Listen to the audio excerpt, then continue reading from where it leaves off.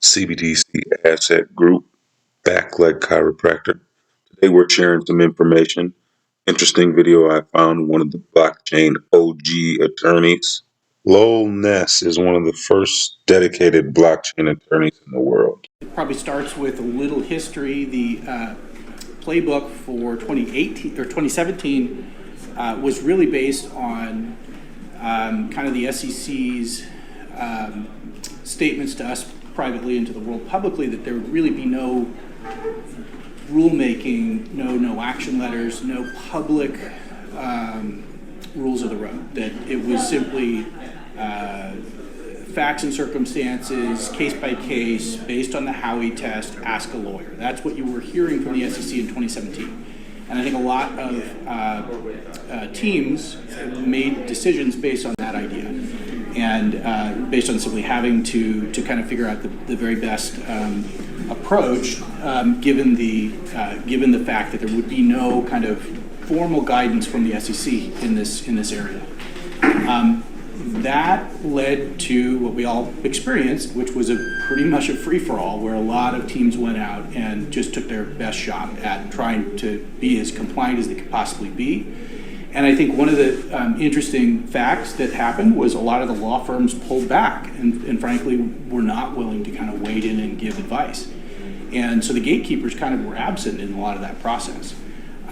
What happened sort of in the January-ish timeframe, you guys probably all saw Jay Clayton, who's the chairman of the SEC, make a lot of noise about the fact that there was the gatekeepers were not doing their job, that there was all this fraud in the market, and he was probably doing that as a response to Joe Grunfest's op-ed piece in I can't remember if it was the Times or the Journal, but Grunfest is a professor at Stanford, himself a former SEC commissioner. So when he called out the SEC for not enforcing it, I'm sure Jay took it to heart. So Jay went on the warpath, did these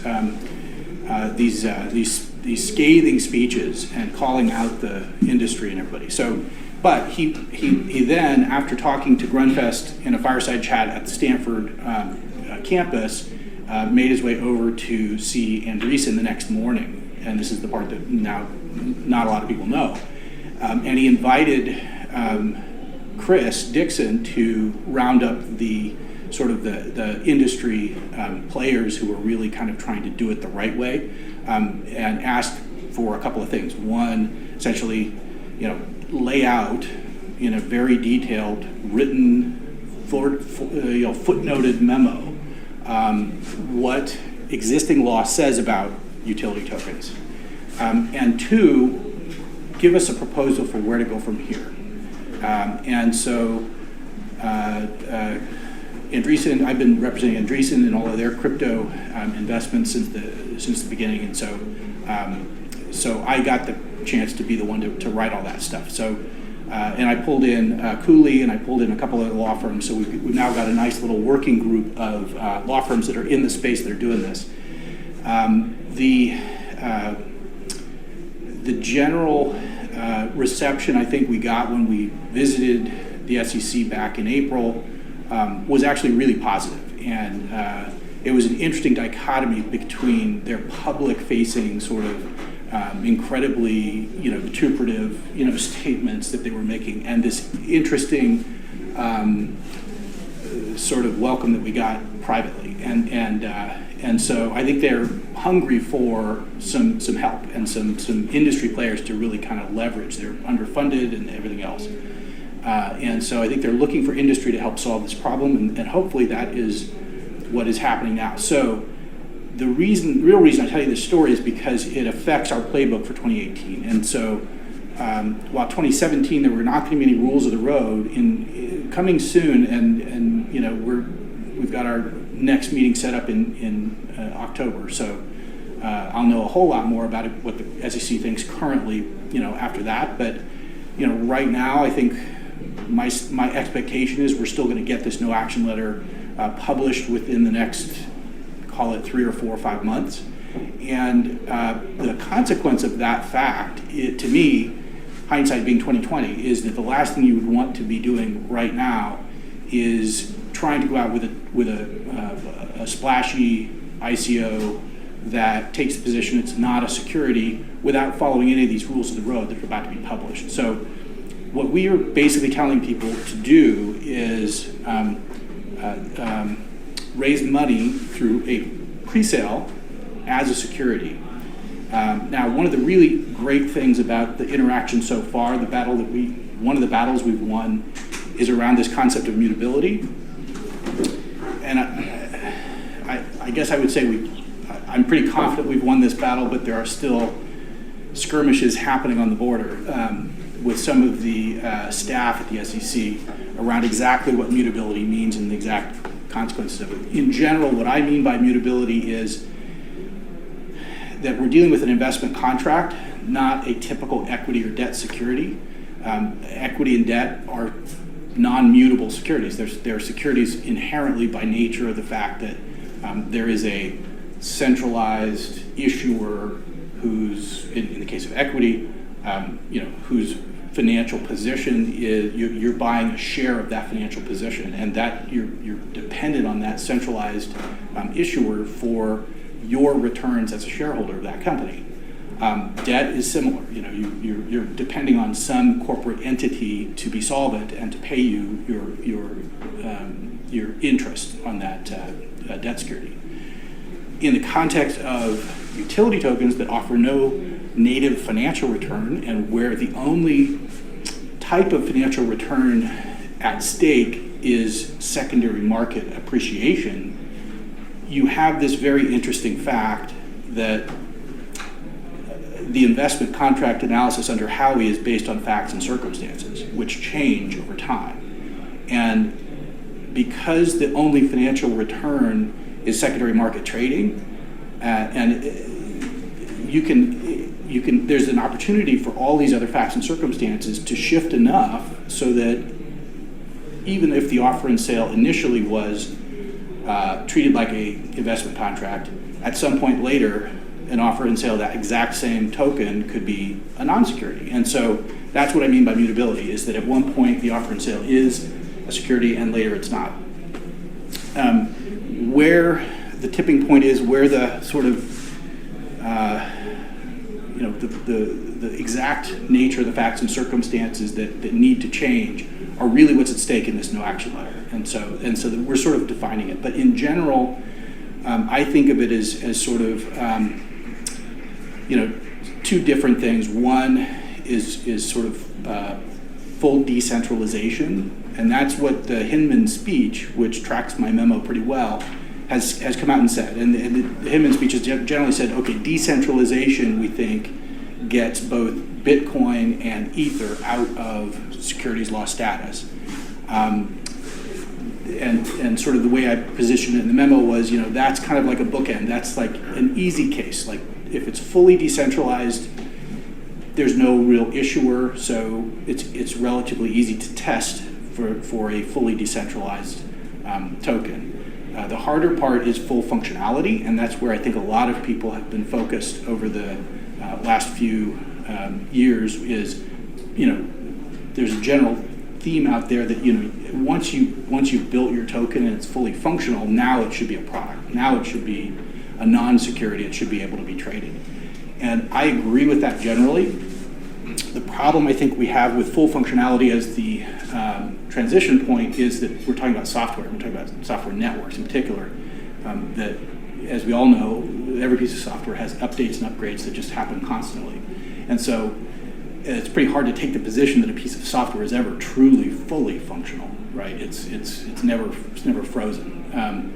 So we have to figure out from an analytical point of view, really at what point, based on all the case law that that's in this area, at what point do the efforts of others really fall away as the basis for the person's expectation of profits? And when you start to think about that, it really is the case that there's so many other exogenous variables relating to a person's expectation of profits when they're trading tokens in a secondary market, that once you get to full functionality, there should really be a case to be made that all those exogenous variables take over as the primary driver of a person's expectation of profits. But because of these updates and upgrades, we're probably going to create some additional, call it investor protections, or maybe the better thing to say is more factors that indicate a consumptive intent to layer in as part of the constellation of facts, so that full functionality, plus these other facts will get you to a non-security status. But that's the TBD part, is exactly full functionality plus what is the question. And so we're working on that. But it'll probably be some version, some combination of a lockup, maybe it's just a resale lockup, so that the person could use the token in the network for its intended purpose from day one, but they just can't resell it on Bittrex. And probably some kind of volume limitations maybe, but those are the kinds of things that are being kicked around at the moment in terms of trying to essentially layer in some additional good facts to this constellation of facts that you'd say make it a non-security. So in general, our playbook again for this year is it's okay to raise the money in a pre-sale, by which what I mean is you don't deliver the tokens. You've probably heard about the SAFT, or we use something called a safe T as our pre-sale agreement. But in general, what you're doing is selling tokens in the future. You're collecting money today. You're not minting the tokens. You're agreeing to essentially use the money to go build full functionality, and then you'll mint the tokens in the future. You got a question? Yeah. Two questions. Sure. One is, you mentioned something about a no action letter. Yeah. Maybe you can, I missed the part. Is that something in the works in the next 3 or 4 months? And then two is functionality. Let's say your token has, say, 100 million in circulation, and there are users who are buying it purely for usage and not speculation. Yeah. But maybe those users bought maybe only 1 million or 2 million. And so there is functionality, but adoption is low. Like, what are your thoughts on that? Good questions. So, yes, the no action letter is in the works. It's going to define the rules of the road for how to do a token sale kind of going forward. And the, timing wise, I've been sort of saying 3, 4, 5, 6 months, something like that. Actually, for a long time, I've been saying this year. And now I'm getting worried because we're getting close to the holidays. But we'll see if we get it done this year. I'm hopeful that we can. In terms of, how do you figure out? I do have another presentation coming up here at this conference about what does full decentralization mean. But to give you the sneak peek, in general, I think what you're really talking about is trying to kill the efforts of others prong of the Howey test. And so you're looking for indications that through the governance of the token or through the governance of the network, depending on which is the kind of important thing, and that depends on what type of token it is, if it's a protocol token or if it's an app token. It's the driver of value, whichever it is, whether it's, in Bitcoin's case, it's such a general purpose currency, you can't really point to any particular apps. People would look at the decentralization of the token, the blockchain governance to decide whether or not sort of Bitcoin is fully decentralized in this. And what's really meant by that is who controls the updates and upgrades, who controls the new features to be added to this thing. Because that's really the core of Howey, is that I've sold you something and created an expectation in my transaction with you, whereby you're now expecting to profit based on my efforts, right? And that's the fundamental touchstone of Howey, is creating an expectation of profits that is based on the efforts of others. And so if I'm selling you, a token that isn't quite done yet, and there's a lot of features that need to be built, and I'm promising a whole bunch of features, and especially when I've got a whole roadmap full of future features, that's a pretty dangerous place from a securities loss standpoint, because it sure looks like I'm going to go build something that you're then going to value based on my efforts to continue building it. So it's all about those future features, who controls them, how decentralized is the control over those features. Is it a broad open source community that's building the features, or is it one team, however we define it, in a corporation, a partnership, a loose affiliation of groups? And this is where I think there's a lot of interesting places that we're going to go eventually with the definition of decentralization. Is sort of, how do we really define who the issuer is for that purpose? And you could make a lot of cases, even with Ethereum as a good example, where Bill has come out and said Ethereum's not currently, and here's the right way to say it. It's not about the token. The token is never a security. None of these tokens are ever securities. But don't think that gets you anywhere, because it's really the transaction that matters. And so the way, if you read Bill's speech, it carefully goes through and very carefully says the offer and sale of the token, of Bitcoin and of Ether today does not constitute the offer and sale of a security.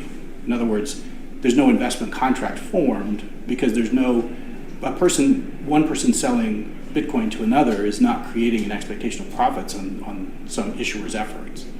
So the current secondary trading is not a securities violation, is really what he's saying. But that he left open, even in Bitcoin's case, whether maybe the original primary offering might have been a securities law violation. So anyway, so in your case, figuring out where you've got some users using and some users reselling, some buyers reselling, I think as a very practical matter, the 2017 vintage and 2018 vintage who went out before this no action letter gets published are probably going to have to rely on full decentralization as the tipping point, as the trigger.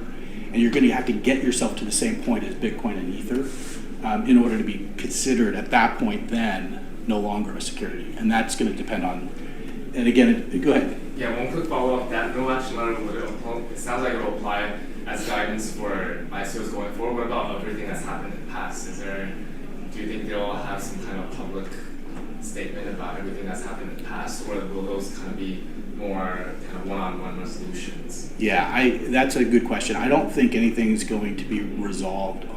That is really the hot button item, in terms of how to resolve what's gone on in the past. I'm sort of hopeful that what this indicates to everybody is that by pivoting from no rules to rules means that the SEC has decided, hopefully, to focus its enforcement efforts rather than on a rulemaking process. I mean, you can imagine, and what we were worried about, frankly, in 2017 was that by saying we're not going to do rules, implicit was we're going to create rules through enforcement, and that would require them to enforce all the way up the chain, from the most obvious fraud to the least obvious fraud, in order to create all the rules in the middle. And so what I am hopeful of is that this pivot at least may be an indication that they're going to focus on targeted strikes on the fraud, obvious frauds, and use the rules as the way to create the go forward kind of guideposts. So Thank you. that won't help with hindsight's 2020. Even if you think the SEC, even if we all in this room feel comfortable that the SEC won't bring it, third parties won't. Third parties are going to still, your banks, your potential buyers, your potential funding sources, they're all going to give you a hard time in due diligence, because this kind of securities law violation is a huge contingent liability for potential rescission offers that third parties are going to really focus on. So I do have to figure out what to do with 2017 vintage, 2018 vintage in terms of coming up with some kind of a solution for them to get out of this really difficult position. But I can imagine the SEC not having too much sympathy. So we'll see if we can get anything out of them. Any other questions? So, is there any update on legal cases that are going through the courts? Yeah. Civil cases? Yeah. In terms of how the courts might define the interpretation Yes. of past actions? I mean, nothing definitive yet, but it's an important point, and there's a couple of things. So in addition to hindsight's 2020 and third parties are going to give you a hard time, one of the things that we are starting to actually see, I think we tracked 40 or 45 cases filed in the last month or two by private plaintiffs, and that's not the SEC bringing enforcement action. So even if, again, the SEC is laying off, we're starting to see private plaintiffs bring these cases, and we're starting to see some of the states. Massachusetts has brought up you, and some of the other state regulators are bringing them under state law. Private plaintiffs are bringing them under federal law in many cases, and so we will see a lot of these cases. So you are going to have to face some kind of defense. I think the 2017-2018 vintage is probably going to have to face some defense of some of these token sales that have gone on. Like, for example, the Ripple case was a pretty well-publicized one. True. Has that progressed at all, and is there any?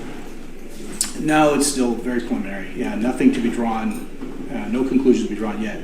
I think I'm hopeful that it is one of the reasons that, or it gives me hope that the SEC will act more quickly, because I think one of the reasons for them to act is to avoid ceding control over the policy making to the courts. And I think the courts are going to really probably take a very analytical approach to this area and not so much a policy approach.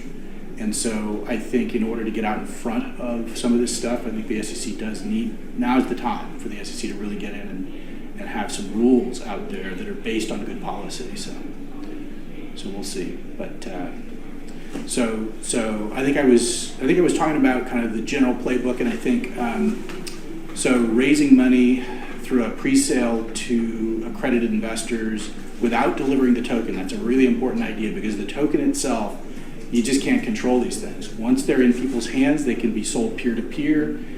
They can wind up on exchanges, and you can be in the soup, regardless of how you did it. So the general playbook is to do the pre-sale, don't deliver the tokens, and simply wait for this SEC process to unfold. Our form of pre-sale agreement leaves a lot of flexibility to impose additional lockups, impose additional terms to the extent necessary to satisfy this SEC guidelines that are coming out, so that you can raise the money now, have the flexibility to impose what you need to impose in order to deliver the token as a non-security to those investors at the appropriate moment with the right guardrails in place. And that's, to me, that's the way I would do it if I'm raising money through token sales today.